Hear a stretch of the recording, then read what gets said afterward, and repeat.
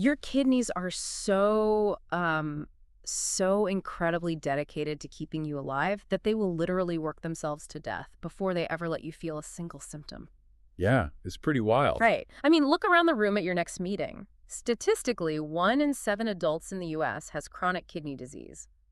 But the crazy part isn't the number, it's the silence. Exactly. You're talking about 15% of the population walking around with this progressive mechanical failure happening on a microscopic level. And most of them have absolutely no idea. None.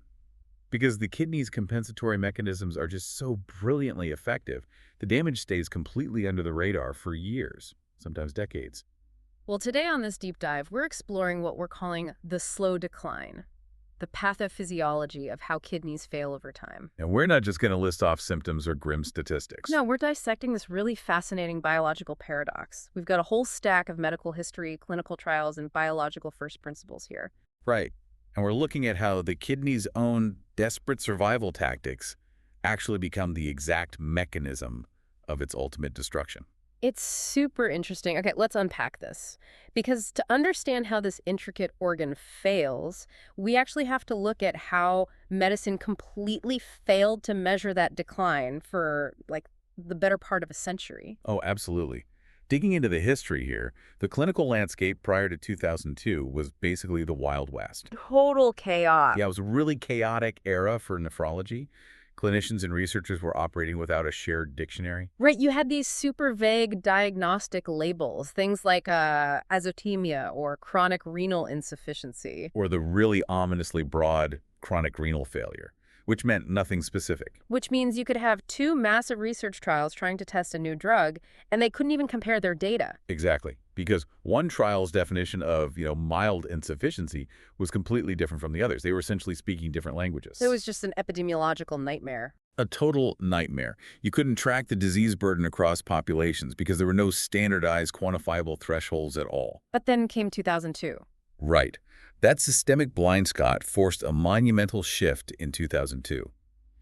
The National Kidney Foundation's KDOQI task force, which was led by Andrew Livy, introduced this universal 5-stage system. And they anchored the entire framework to a single metric, right? Estimated glomerular filtration rate, or EGFR. So they basically threw out all the vague adjectives and just said, let's measure the raw flow rate. Exactly. Stage 1 to stage 5. Entirely based on how many milliliters of fluid, those millions of microscopic filters, the glomeruli can process every minute. I mean, I get the appeal of the simplicity, but if you're evaluating a filter, flow rate is a remarkably incomplete metric. Very incomplete. Like if I'm grading a coffee filter purely on how fast hot water flows through it, I'm completely ignoring whether there are, giant tears in the paper letting all the bitter coffee grounds through into the cup. That is a perfect analogy. Yeah. Because 2 patients might share the exact same EGFR of, say, 45. Right.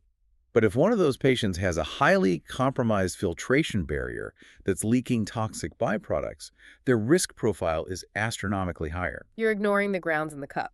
Exactly. And you're hitting on the exact flaw that became undeniable to the medical community over the next decade. And it's actually worse than just letting grounds into the cup.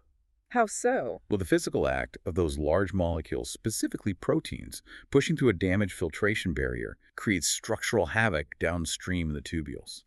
So it's actively causing more damage. Right. Relying solely on EGFR gave us a false sense of security, which is why KDIGO had to completely overhaul the guidelines again in 2012. They moved from this one-dimensional timeline to a 2-dimensional heat map. Yes. They crossed the EGFR axis with albuminuria, which is the measure of protein leaking into the urine. Exactly.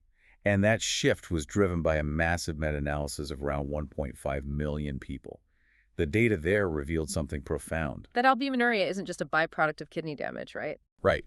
It's an independent, aggressive predictor of cardiovascular events, overall mortality, and progression to total kidney failure. Wow. In some cohorts, the amount of protein leak predicted mortality far more accurately than the raw filtration rate ever did.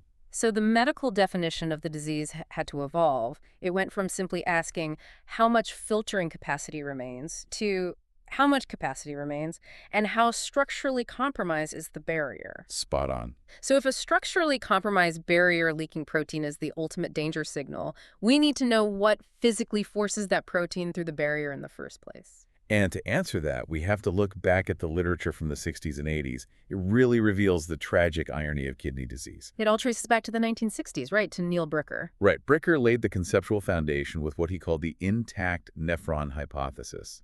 He argued against the old idea of a slow, uniform decline of all the filtering units at once. He proposed a binary reality. As the kidney takes damage, a nephron is either completely obliterated or it remains intact and functions essentially normally. I was trying to visualize this when I was reading the sources. It's like a massive manufacturing plant with 1 million workers on the assembly line. I like that. If a fire wipes out half the workforce, the surviving workers don't just clock in and do their normal shift. The factory still has this rigid daily quota of toxins to clear and fluid to balance. Right, the body's demands don't change. Well, the surviving workers are forced into this frantic, high-stress overtime just to artificially maintain the factory's total output. That's a highly accurate way to frame it. But the biological mechanics of how they actually achieve that overtime didn't become clear until 1982. This was Barry Brenner at Harvard, right? Exactly. He utilized the remnant kidney rat model. His team surgically removed 5/6 of the rat's kidney mass. Wait, 5/6? That is almost the entire organ. Yeah, they left almost nothing. And they observed the microscopic survivors in real time. To pick up the massive slack, the surviving glomeruli undergo profound hemodynamic remodeling. It changed the plumbing. Basically, yeah. The incoming blood vessel, the afferent arteriole, dilates wide open to increase blood flow. And simultaneously, the outgoing vessel, the efferent arteriole, pinches down. Okay, if you open the entrance and pinch off the exit, you're not just increasing flow, you are creating a massive spike in hydraulic pressure inside that delicate capillary tuft. Exactly. You're creating an environment of extreme mechanical stress. This became known as the hyperfiltration hypothesis. Which is brilliant in the short term, right? It's a brilliant evolutionary adaptation. It allows a severely damaged kidney to maintain a near-normal eGFR, keeping the organism alive when it would otherwise die from uremia. But the overtime kills the workers. It does. That intense intraglomerular pressure stretches the capillary walls, exerting sheer stress on the podocytes. Those are the cells that wrap around the capillaries and maintain the structural integrity of the filter, right? Right. And once those podocytes detach under all that stress, you get scarring. Glomerulosclerosis. The mechanical force itself drives the scarring. Exactly. Which obliterates the hyperfiltering nephron completely. Which means the factory just lost another worker. Yes. So the remaining workers have to push even harder, dial up the pressure even higher, and it just accelerates their own demise. And to go back to that 2012 Katie I Go update, that elevated pressure is exactly what forces the albumin through the barrier. It drags us right back to the toxic protein leak. You've got it. The compensation mechanism basically becomes the disease mechanism. It is a ruthless, self-perpetuating cycle. It really is. And it perfectly explains the biological first principles we see in the clinic every day. Let's talk about those. First principle 1. Right. First principle 1. The kidney possesses an almost unbelievable reserve capacity. Thanks to the sheer power of hypofiltration, a human being can lose up to 50% of their total nephron mass and maintain completely normal serum labs and zero clinical symptoms. That is terrifying. You're just completely oblivious to the war happening inside your body. Totally oblivious. I mean, we are so conditioned to expect our bodies to sound an alarm like pain, a fever, or fatigue when something is gravely wrong. Sure. But the kidney is simply too good at covering its own tracks. By the time someone starts feeling the classic symptoms of uremia, the profound fatigue, the fluid overload, maybe a metallic taste in their mouth, their functional capacity hasn't just dipped. It's plummeted. It has plummeted, typically below 15 or 20% of normal function. Wow. So the clinical silence of the early stages is the disease's greatest advantage. Exactly. But understanding that hyperfiltration cycle also unlocked first principle 3, which is the concept of a final common pathway. Right. You mentioned earlier that regardless of the initial spark, whether it's diabetes, high blood pressure, or genetics, the end result looks identical. Yes. Under a microscope, late-stage chronic kidney disease always presents as glomerulosclerosis and tubulointerstitial fibrosis, scarred filters, and scarred plumbing. Almost any chronic kidney insult converges on the exact same pathway, which is a massive paradigm shift for pharmacology, right? Huge, because it meant researchers didn't necessarily need to chase down a bespoke cure for every single type of kidney disease. If they could figure out how to short-circuit that final common pathway, if they could turn down the pressure and stop the protein leak, they could alter the trajectory of the disease regardless of what started it. Exactly. So how do you modify microscopic plumbing? The historical timeline of these interventions is fascinating because it involves a lot of trial, error, and just repurposing things. Oh, a lot of repurposing. Take the MDRD study from 1994, for example. Right, they tried to fix the pressure problem with diet, specifically by severely restricting dietary protein. And the physiological rationale was actually really sound. A heavy amino acid load induces vasodilation in that incoming arteriole, increasing that dangerous blood flow. So the theory was that restricting protein would reduce the hyperfiltration burden. Yes. But in practice, the clinical trial results were fiercely debated. The primary analysis didn't show this definitive, overwhelming benefit. Plus, aggressively restricting protein in patients who are already dealing with a chronic wasting illness carries a severe risk of malnutrition. Exactly. The risk of cachexia was real. So the diet protocol was largely a bust for widespread clinical practice. But the MDRD trial wasn't a total failure because it inadvertently handed nephrology its most powerful tool, the math. Right. They took this massive data set of clinical variables from the trial and generated the MDRD estimating equation. Which finally allowed clinicians to estimate GFR mathematically from a standard blood draw. It was a game changer for diagnostics, but to actually halt the physical decline, they needed drugs that targeted the hemodynamics. And those arrived in the late 90s. Yes, late 90s and early 2000s. We saw real pharmacological breakthroughs with trials like RAN in Italy and later renal and IDNT. These focused on blocking the renin-angiotensin-aldosterone system, the RAAS pathway. Exactly. They used ACE inhibitors like ramipril or ARBs like losartan and irbesartan. Now, historically, those are just standard blood pressure medications. Right. But the trial data showed they were protecting the kidneys far beyond what you'd expect from just lowering systemic blood pressure. So how does that work mechanically? Well, angiotensin II naturally constricts the efferent arteriole, the exit vessel. So using an ACE inhibitor or an ARB blocks that action. It forces the exit valve to relax and open up. Ah, so you're effectively installing a pressure release valve on the hyperfiltering glomerulus? Exactly.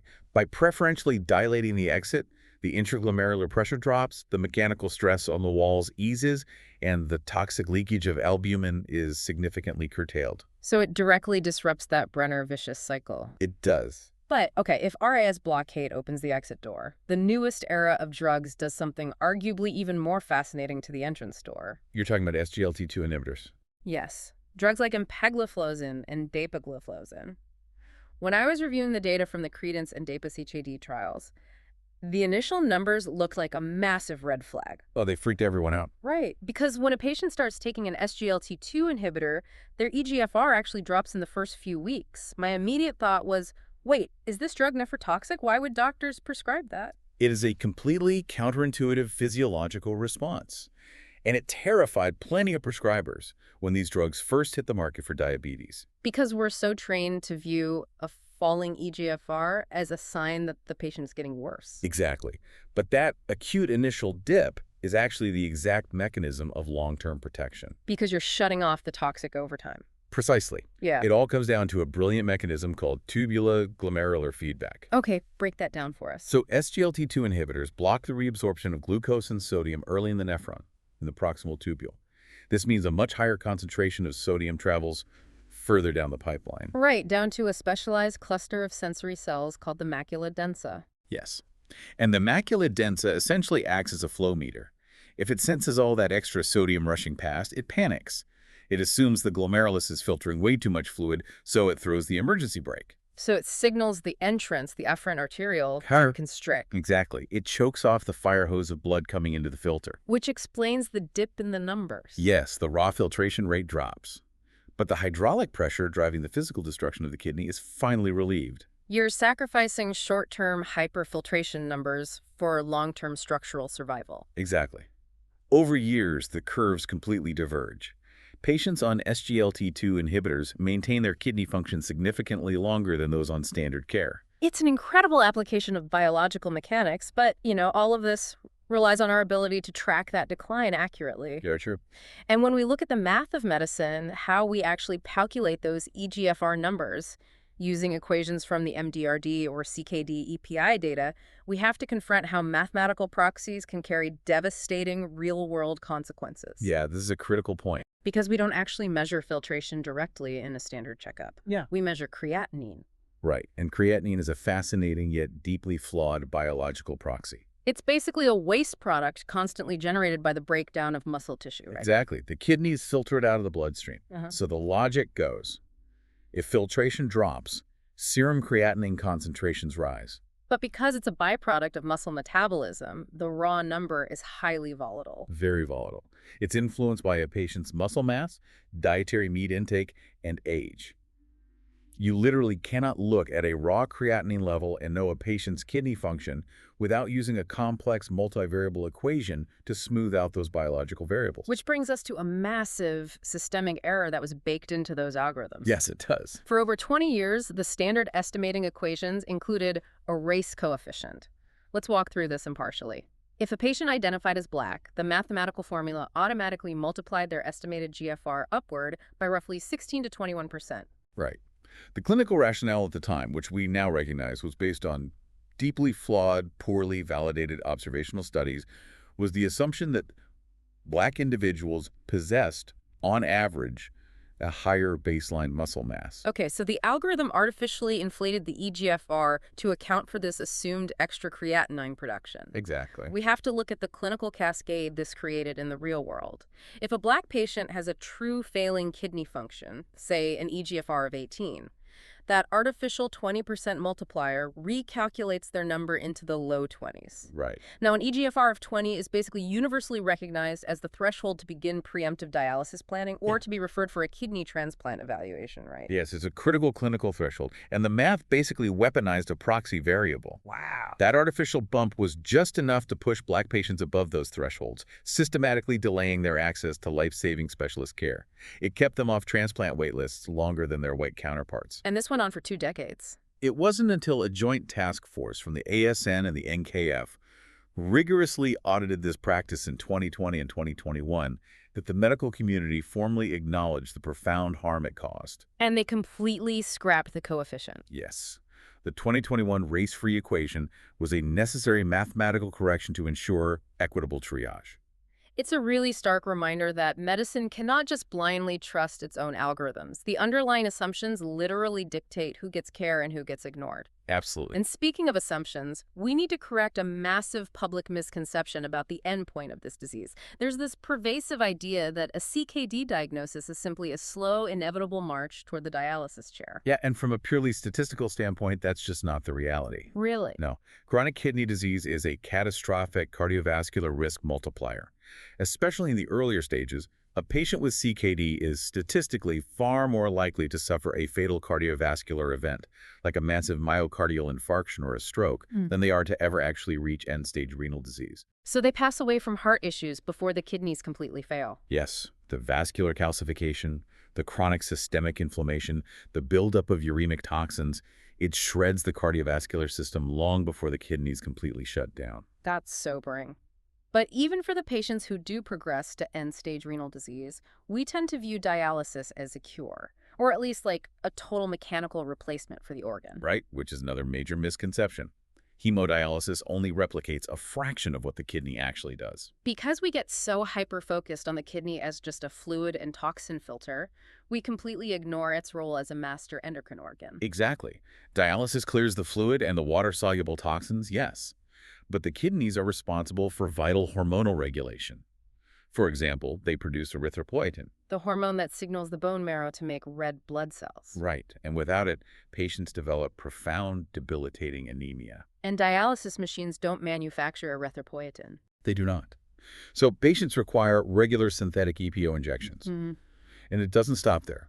The kidneys are also the primary site for the final conversion of vitamin D into its active form, calcitrol. What happens when that endocrine function fails? Well, the body stops absorbing calcium from the gut, so the parathyroid glands panic, and they start leaching calcium directly out of the skeletal system just to maintain blood levels. Which leads to severe bone mineral disease. And vascular calcification.